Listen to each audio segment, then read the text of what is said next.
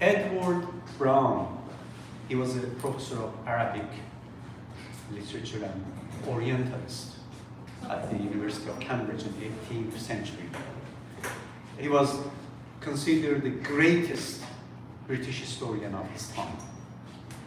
Edward Browne, Professor Edward Browne, he writes in a book called A Literary History of Persia, printed in London, 1919. He says, this is a heavy literature. I will try to read as slow as possible. It's a long sentence, almost like 7 lines of one sentence. A reminder of the blood-stained field of Karbala.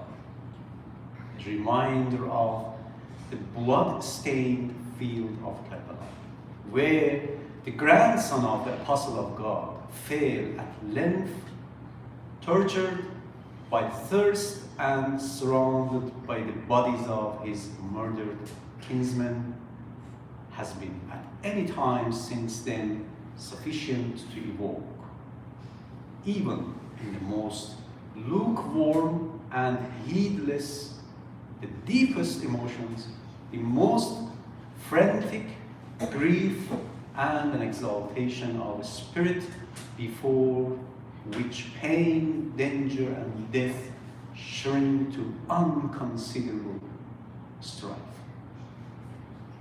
It means, it says one sentence. I couldn't find more beautiful sentence in English literature than this.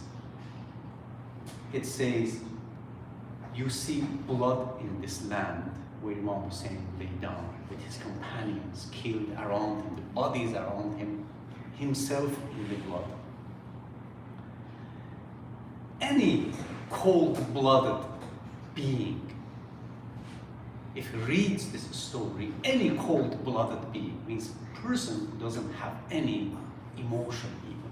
If he reads this story, no doubt he will show emotions to this pain. Yet, so much pain in this land with this great man of God, the grandson of prophet, with so much pain that even the cold-blooded people cannot ignore it. Yet himself, with his compassion, with his spirit, exalted spirit, Imam Hussein, with his exalted spirit, made this pain and tragedy look like nothing. You get the message? So Imam Hussein's spirit was so high that this tragedy even looked like nothing to him. I haven't heard this from any Muslim scholar.